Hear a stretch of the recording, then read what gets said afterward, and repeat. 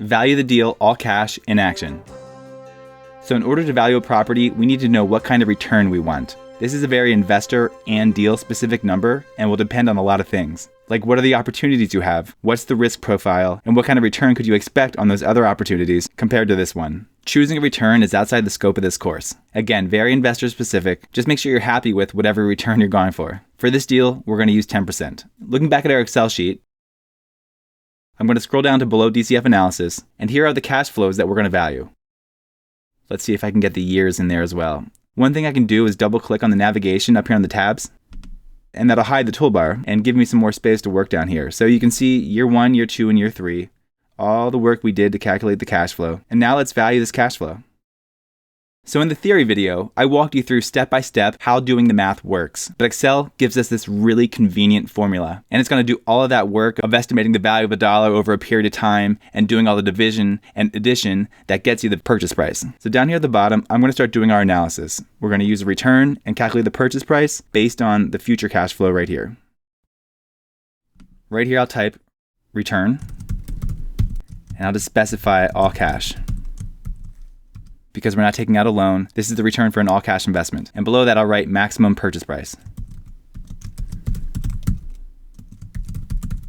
And where you write this doesn't really matter. We're not going to be adding these things to the cash flows. This is just a separate analysis. So I'm going to go right here, type 10%. Because that's the return we want, right? 10% return. Format that as a percent. Make it blue. And then for maximum purchase price, instead of doing all that work we did in the theory video, I'm going to type equals NPV, which is net present value. And you can see that it pops up down here as a formula you can use. Open parenthesis, and then you can see that it tells you what needs to go in here. A rate, which is your return, and all the values you want to take into account. So let's click on our rate, which is 10%, comma, and then here's where we input the values.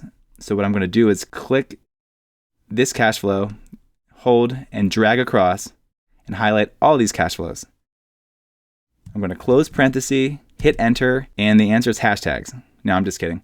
So what happened here is the number in here is too big to fit within the borders here, the left border and the right border. So what I'm going to do is come up here and just increase the width a little bit. And there you have it. I'm going to get rid of the decimal places. So what this says is we can invest up to about $150,000 if we want to get a 10% return. If we pay less, we'll get a bigger return. If we pay more, we'll get less than 10%. And we probably shouldn't do that. But just keep in mind, this number is based on a lot of assumptions we made about growth in expenses, growth in rents, vacancy, collection loss, future sale price. We made a lot of assumptions here. And if these all come true, we shouldn't pay more than $150,000 for this. And isn't that Excel function awesome? I mean, look at that. All the work we did in the theory video to understand what happens behind the scenes, this formula does it all for us. It's beautiful. But don't be one of those people that blindly uses formulas. You understand what's happening here because we went through it in the theory video. Great job. The next thing we're going to do is figure out how financing changes how much we can pay for the property. And you're going to see that with good loan terms, you can actually pay more than this for the property and get the exact same return. But all in due time. Great job.